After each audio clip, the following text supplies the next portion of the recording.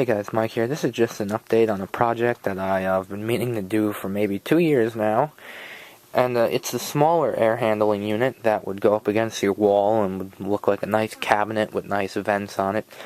And it is for hydronic heating, hot water. And this is what I've done so far. Well, here's the side first of all. Here's your inlet and outlet. And this is threaded.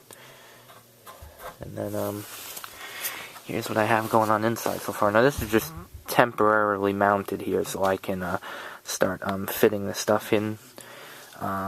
This is the, it's out of the way. Now, this, I believe that I gave someone the dimensions and they built it for me, but whoever did it wrong, because this coil was supposed to be completely straight and not slanted. So now I have to work with this being slanted. So now I had to do some different plumbing setup here. Obviously this is too close to this to even try to get a stupid hose in there, so I had to come around. What I'm going to do is I'm going to have another little piece of copper pipe here, and then I'm going to have threads on it, so I'm going to have a hose that goes from here to here, and it'll be threaded. Same with the inlet, which has the new valve on it. One of the valves I got from Grainger that was on sale a while ago, and I bought 1/2 inch, 1 3/4, 2 1-inch ones, and then I got a big one there, 1 1/4 of a inch, quarter, whatever. So that's that. This is what I've done so far. These are strapped down, these little blocks are glued, the pipes are lifted, all my joints are Teflon taped, and these are really tightened in good. The only thing I did, and I'm not sure if it was a good idea, but when I was pushing the pipe in the hole here to stop them from moving, I just siliconed it around there, but I don't know if, that's a good idea or not. So yeah, I'm afraid that the high temperature water might melt that, and then you'll see all this black shit coming down, but I'm not sure if that's a good idea, but I'm going to look on the tube and see if there's a temperature rating, but yeah, I don't think I'm going to do that with the second one. But this is what I got going on. And then there'll be a piece of wood, a divider down here, because this is where the blower will be. Now let me see, I gotta get a blower in there. It's only going to be maybe 260, 300 CFM. So I gotta do that. And then I'm going to have an aluminum bottom here, just in case of anything. And yeah, that's that. I'm just roughing in the plumbing now, and I really want to get the plumbing done and pressure tested and make sure I have no leaks. So I need to get this all soldered up and the hoses connected, and then I can get the coil in there for good. And then how I'm going to do that, because even with a couple of screws the coil will still move. I have the screws there, but what's going to basically end up, it'll be sheet metal here and a construction adhesive, so it will not go anywhere. And then on top, there'll be a nice wooden top with a nice golden grill, and it'll be stained a nice color in polyurethane. It'll be all shiny and pretty, so it'll look really nice. So yeah, and that's what I got going on so far. So be an update. I mean, I have a deadline for this one. I want this to be done before I go back into the city next Friday, because when I do that, I start my new job in the HVAC field with Pat. So I'm going to be working and pretty much in the city from now on when I'm back in there. So I'll try to come out on the weekends and work on stuff, but it'd be nice to have all the plumbing done. That way, the rest of the stuff is just carpentry and a grill and a filter rack. Yeah, I finally have use for those 10-inch filters now. I'm going to use them for that. So these aren't going to waste. So, that's that. And I hopefully, get all the plumbing done. That'll be good.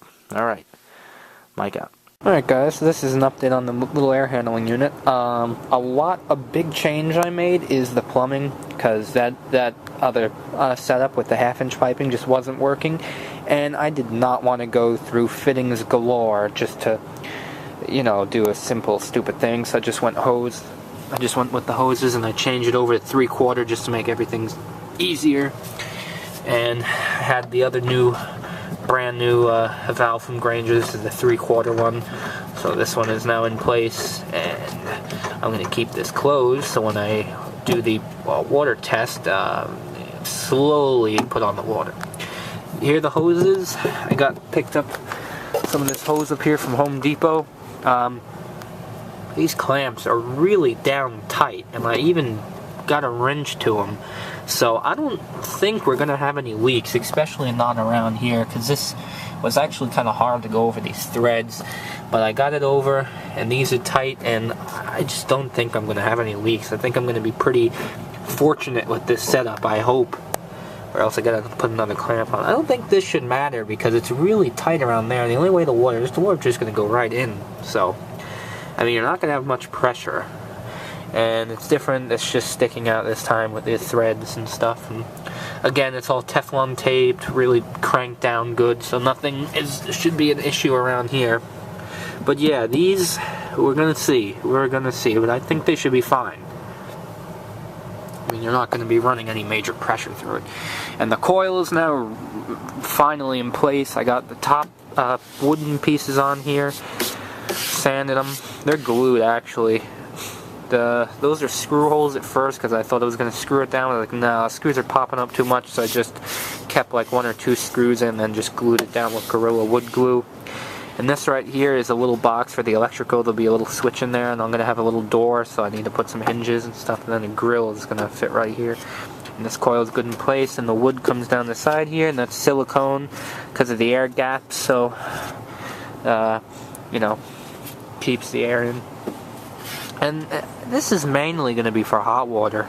I don't know about chilled water, but maybe in the future, just to make it a bit better, I could put some sheet metal here.